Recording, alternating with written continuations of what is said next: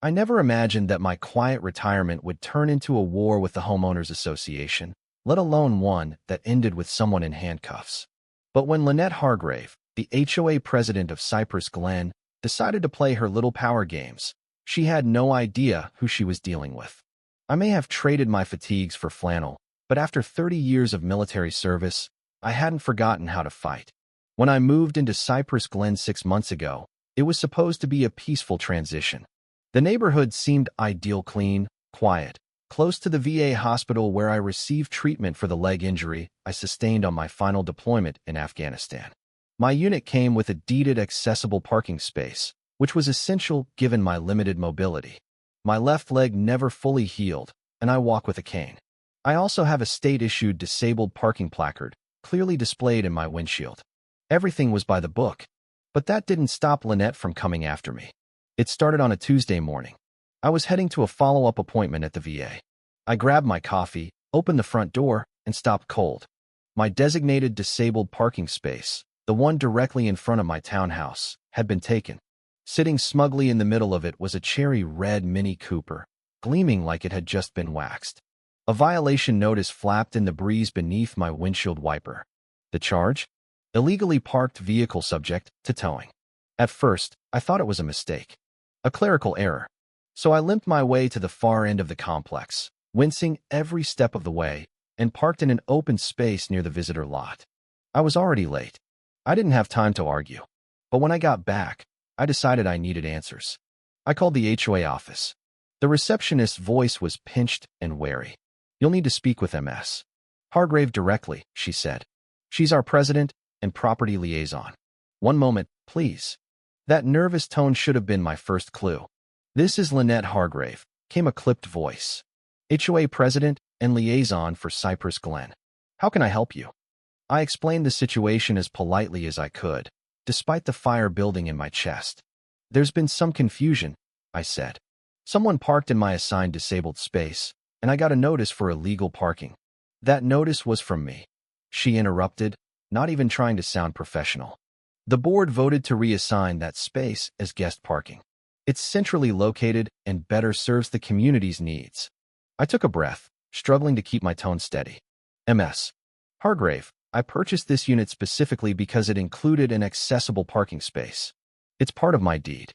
The bylaws permit the board to reassign common spaces as needed," she snapped. "You're free to contest the decision at the next HOA meeting, but until then, please refrain from occupying that space. I have medical documentation. I have legal rights. I have responsibilities," she said sharply. "And unlike you, I take them seriously." Then she hung up. The anger that surged in me was unlike anything I'd felt since my service days. You expect to fight in combat zones, not cul-de-sacs. But there I was, stewing in silence, knowing I'd just been dismissed like I didn't matter. The next morning, I waited by the window, coffee in hand. At exactly 7:30, the Mini Cooper pulled into the space. And out stepped Lynette herself, wearing a cream-colored pantsuit and sunglasses the size of saucers, strutting toward the clubhouse like she owned the world. I met her halfway down the sidewalk. "Excuse me, Ms. Hargrave," I called. "You're parked in a space designated for disabled residents." She didn't even blink. "Mr. Morgan, as I stated yesterday, that space has been reassigned. Your behavior is bordering on harassment. It's not harassment to ask why you're illegally occupying a space that's deeded to me." Lynette's nostrils flared. Around us, a few neighbors slowed their walks to eavesdrop. "As HOA president, I'm conducting official business. I can use any space necessary." I nodded slowly. "Do you have a disabled placard?" "That's irrelevant," she snapped, tightening her grip on her designer handbag. "Well, I spoke with my attorney." I lied. "And he finds this extremely interesting, especially the part where the HOA may be in violation of the Americans with Disabilities Act." Her face twitched. "That's a serious accusation," she said. "No," I replied. "It's a fact." She turned and marched off without another word. From that day forward, I became her target. I started receiving violation notices weekly. First it was my porch light too bright. Then my front door color, non-compliant with community tones. The flag I had hanging from my railing American flag I carried through Iraq and Afghanistan was deemed excessive patriotic display. But I wasn't about to let this woman bully me. I documented every violation, took photographs, copied every letter. I also started talking to the neighbors. That's when I learned I wasn't alone. A woman down the block had been fined for having wind chimes. Another couple got cited for a basketball hoop that had been in place for 3 years. Lynette Hargrave ruled with an iron clipboard, and everyone was too afraid to push back. Until now. The breaking point came 2 weeks later. I pulled into the lot to find construction workers jackhammering concrete right where my parking space had been. In its place, they installed a concrete planter box the size of a small car. I asked the workers who approved the construction. They handed me a form, signed in thick black ink, authorized by L. Hargrave. That night, I made 2 phone calls. The first was to Eric Sloan, a property rights attorney I'd met through a veterans charity. The second was to my old Army buddy, Cal Benton, now the elected county sheriff. Cal, I said, we've got a problem. The next HOA meeting was a week later. I arrived early with Attorney Sloan at my side. Lynette was already there, flipping through papers and avoiding my gaze. But her expression changed when she saw Sloan and recognized the calm confidence of someone who deals with people like her for a living.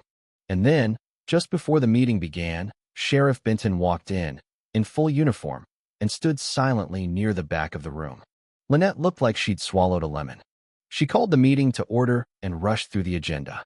When she got to new business, I raised my hand. Yes, Mr. Morgan, she said stiffly.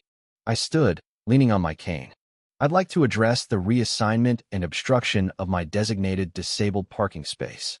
We've already discussed this, she said, waving her hand. You were informed of the board's decision. Attorney Sloan stood. Actually, under both federal law and Cypress Glen's bylaws, Mr. Morgan's parking space is deeded property and protected under the ADA. The removal and reassignment of this space constitutes a serious violation. The room went silent. Lynette flushed. And you are? Eric Sloan, legal counsel for Mr. Morgan.